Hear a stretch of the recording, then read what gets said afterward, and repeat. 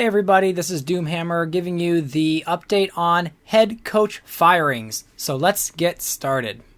Breaking news out of Buffalo. The Bills have parted ways with their head coach, Rex Ryan, after a disappointing 5-12 season. Buffalo stumbled to the bottom of the AFC East, finishing with one of the league's worst offenses, ranking 30th in points per game and 28th in passing yards. Quarterback E.J. Manuel threw 25 interceptions, and the team had the second most turnovers in the NFL.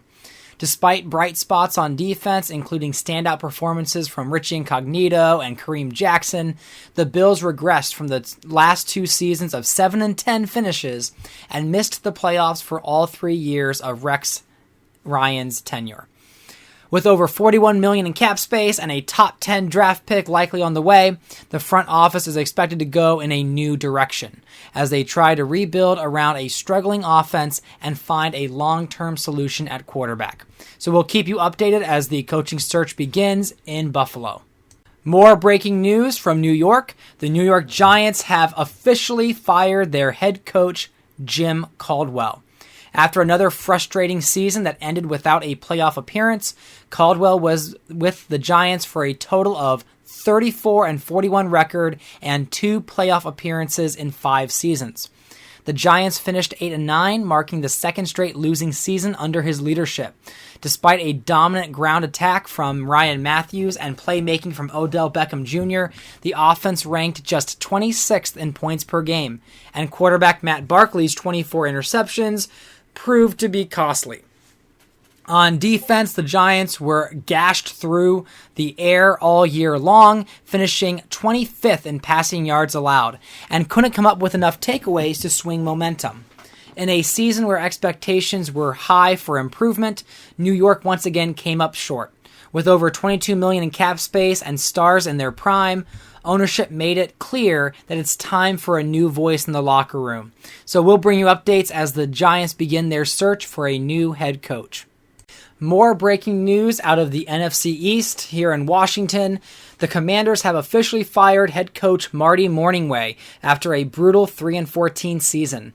Morningway joined the Washington Redskins in 2010 for a year before the team changed their names to the Washington Commanders, a lot earlier than in real life.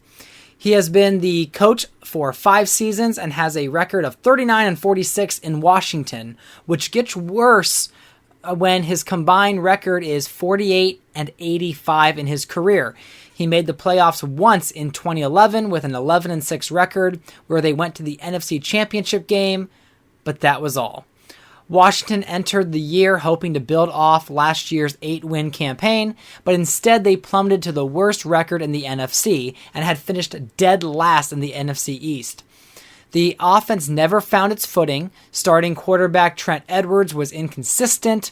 Their rookie Johnny Manziel struggled, going 0-6 before a foot injury ended his season. And despite a breakout year from Mike Goodson, the solid running back, the Commanders finished just 28th in scoring and 29th in passing yards.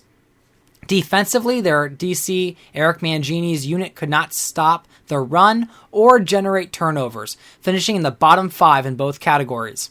With high-priced veterans like Antrell Roll underperforming and little to show for it, the organization has decided it's time to hit the reset button, and they will have the second overall pick in the 2015 NFL Draft. Washington will now begin its search for a new head coach and likely a new team identity. Breaking news out of Chicago. The Chicago Bears have fired coach Bruce Arians following a brutal 5-12 season that saw the team plummet from playoff contenders to NFC North bottom dwellers. He joined the Chicago Bears in the 2009-2010 season and has a combined 50-52 record in 6 seasons and 3 playoff appearances. He did well with quarterbacks like Mark Sanchez, then Jason Campbell, but then this year he struggled with Campbell, then traded for Carson Palmer, had Jay Cutler on the roster. Campbell made 2 playoff appearances, but he decided to get Carson Palmer when the season this year was a toss-up in the NFC North, where all the teams were losing but all sort of equal. Unfortunately, they lost a second-round pick in the deal, which is going to be very costly picking so high in the draft. Just a year ago, the Bears were riding high at 11-6 and looking like a team on the rise, but this season, everything fell apart. The offense ranked 30th in points, passing and rushing, despite having veteran quarterbacks and a strong supporting cast led by Mark Ingram II and wide receiver Victor Cruz. Meanwhile, Steve Szabo's defense performed admirably. They ranked 6th in pass defense and 4th in takeaways, but the offense couldn't capitalize, leading to loss after loss. It's a dramatic fall from one of the league's highest rated rosters, and the front office has made it clear that change was needed. So Chicago will begin its coach search immediately as the franchise looks to reset and reclaim its playoff form. Breaking news out of Tampa Bay, the Buccaneers have fired their head coach Ron Rivera after another frustrating season that ended short of the playoffs. Rivera joined the Buccaneers in 2007 and has coached for the past 8 years with a record of 66-70. He only made the playoffs 2 times in 8 seasons. But also he was a Jeremy Maclin fumble and field goal away from winning a Super Bowl for the Tampa Bay. So 2 playoff berths and 1 Super Bowl appearance is all they have to show for 8 years.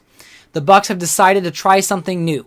You see, the Buccaneers finished 8-9, third in the NFC South, and for the second straight year, missed the postseason, despite having one of the most talented and expensive rosters in the league. The offense showed flashes of firepower, ranking 11th in points per game, with Darren McFadden rushing for over 1,300 yards, Blaine Gabbert throwing 32 touchdown passes. But once again, the defense faltered, allowing nearly 26 points per game and failing to generate big stops when it mattered. With elite players like Derek Johnson, Dominic Rodgers-Cromartie, and Jason Peters on the payroll, the expectations was playoffs. Ownership decided that standing still was no longer acceptable, so Tampa Bay now joins a growing list of teams searching for a new head coach and a new team identity. And lastly, we have some stunning news out of San Francisco. The San Francisco 49ers have fired their head coach, Tom Coughlin. I guess you could say they are parting ways, but this was probably one of the worst seasons in franchise history since going 2-14 in 1979. Coughlin spent the last 10 years in the San Francisco Bay Area, making the playoffs 5 out of those 10 times. 3 of those appearances led to Super Bowl appearances and 2 Super Bowl victories. The first against the Pittsburgh Steelers, and then their second Super Bowl victory against the Miami Dolphins, who happened to just win the Super Bowl this year.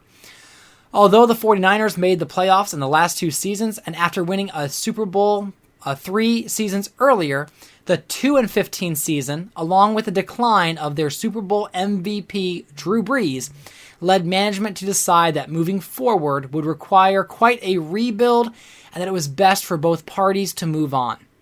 Just 1 year removed from an 11-win season, the 49ers crashed to the league worst 2-15 record. They will have the number 1 overall pick. They finished dead last in scoring, giveaways, and takeaways. So even with the future Hall of Famer Drew Brees, the offense never found life. His injuries led to Bruce Gradkowski losing all of the games he started. Meanwhile, a defense led by Haloti Ngata and Cameron Hayward failed to create turnovers and keep opponents off the scoreboard, surrendering over 28 points per game. With negative cap space, no offensive identity, and a once proud team in shambles, ownership had no choice but to find a way to move on. The 49ers will begin their new coaching search, and they'll likely find someone who can rebuild this organization from the ground up. And now for some coaches to consider. We see former Tampa Bay Buccaneers head coach John Gruden, former Bengals and Cowboys head coach John Harbaugh, and former Ravens head coach Al Saunders. All of them are potential additions for the newly free available coaching spots. Now, Gruden, he's been out for a while. It's been many years since he's been coaching, but it's not as long as when he waited for the Oakland Raiders job the second time around. So I suspect that he could be a prime candidate. He left in 2006 because Ron Rivera took over the job for him. Harbaugh had 1 playoff berth with Dallas, then he was fired mid-season with the Bengals after his second year. I think he might be in college right now, coaching there and maybe building up his reputation again. And then Al Saunders was trying to turn around turn around the Baltimore Ravens. He had 4 seasons with them. After going 7-10, 14-3, 5-12, then 4-13, he got fired. So he's another option for them. Some other coaches is Vinny Testaverde. So he was the quarterback in like the 90s, early 2000s. He has been working his way up the coaching ladder in my franchise. He never really became a coach in real life, but I made him a quarterbacks coach a long time ago. Let's see, where did I have him first? He was with the Houston Texans from 2003 to 2005. He ended up getting an offensive coaching job with, he was quarterbacks coach then with Dallas for 5 seasons. Then he was the offensive coordinator here in Dallas, and now he is one of the contenders for a head coaching job this year. Then there's Mac Brown, who was a former Texas Longhorns head coach. He's been with the Houston Texans for about 4 seasons. And so he is someone that could have that head coaching pedigree. A team could be looking for someone with that experience in both the collegiate level and also a coordinator in the league. He worked really well with quarterback Mark Sanchez with the Houston Texans. We'll see if he can get a head coaching job. And then Kyle Shanahan is coaching under his dad, Mike Shanahan in Dallas. They just made the NFC Championship game, and they could be due for a potential overtaking of the Philadelphia Eagles, depending on how the Eagles follow up after the Super Bowl loss. Jedd Fisch, the other head coaching option as an offensive coordinator, he has been critical in helping the Denver Broncos shape and craft the success of Sam Bradford, because they did okay. They made the playoffs with Pat Shurmur in 2012 to 2013. Shurmur got the head coaching job in New Orleans, so Jedd Fisch became the head coach or the offensive coordinator.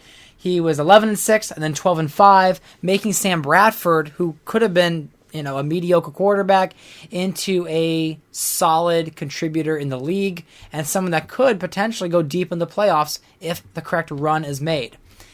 Then we've got Joe Philbin, offensive coordinator for the Jacksonville Jaguars. With 3 seasons with the Jaguars, we have seen the Jaguars get better from 5-12, 8-9 to then a playoff berth.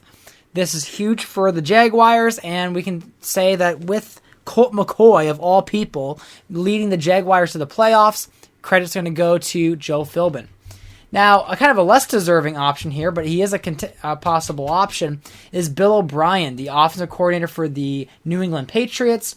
He was the offensive coordinator when they won the Super Bowl. That was their Bobby Petrino won it the first year, then they won back-to-back Super Bowls. So it was Bobby Petrino, then Bill O'Brien. And then Bill O'Brien has been the offensive coordinator ever since, but he hasn't been doing that great as an offensive coordinator. New England has gone 2 straight seasons without missing the playoffs, so he is in the mix, but I think he'd be more of an outside-the-box option.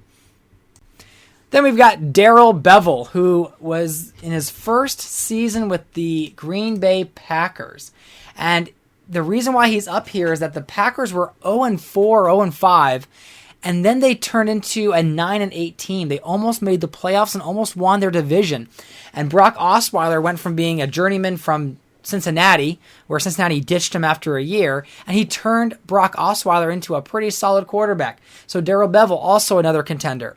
Gary Kubiak with the Pittsburgh Steelers. He had been the Denver Broncos head coach before. He is also working with the Pittsburgh Steelers. They made the playoffs 3 straight years with him. Then last year they missed the playoffs. So we'll see if that missing the playoffs keeps him from being a head coach this year, or if his history is enough to keep him in the running. And then Kirby Wilson has been flirting with a head coaching job for quite a while. The problem is with that 2-15 season, the odds are he's not going to make the cut because of the San Francisco 49ers blunder this year.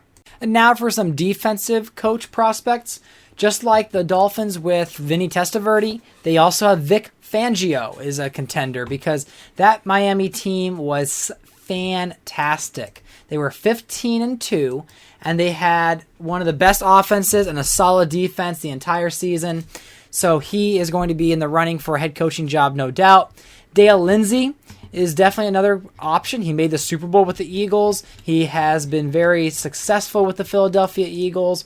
He won the Super Bowl with them as their defensive coordinator a few years back. So talk about making the Super Bowl 2 times in 3 seasons. So he could be an option for a head coach. And then Joe Vitt, another option. Joe Vitt has been the Pittsburgh Steelers defensive coordinator. He's made the playoffs multiple times. He's won a Super Bowl, the second Super Bowl with the Pittsburgh Steelers. So another option there for a head coach. And the very last coaches being considered is Mike Tomlin, the former Green Bay Packers head coach. He had a really good season, bad season, good season, bad season. And just that inconsistency led to his firing. And then Mike Tomlin is the Baltimore Ravens DC. He actually got promoted from Baltimore before to his head coaching job. Now he's back as DC. The thing is, the Ravens struggled this season. They went 7-10, but some would say it's not necessarily Mike Tomlin's fault.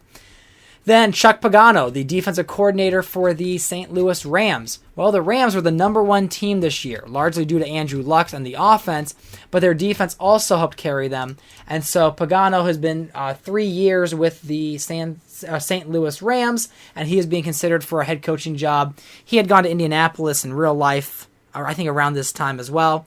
And last but not least, Greg Williams. Greg Williams was a coach of the Buffalo Bills when they won the Super Bowl in my very first season. He was a very sought-after coach when he was let go from Buffalo. He went to the St. Louis Rams, made the playoffs twice. Then he had a abysmal 3-14 season. That's when they ended up drafting Andrew Luck. And instead of keeping him, they let him go. And so he bounced around a little bit as a defensive coordinator, and he landed in Atlanta this past season when they made the playoffs with really a weak roster, but Peyton Manning and their defense pulled it together to make a playoff opportunity. So these are your coach candidates. Let me know who you think should go where. I would love to hear your thoughts.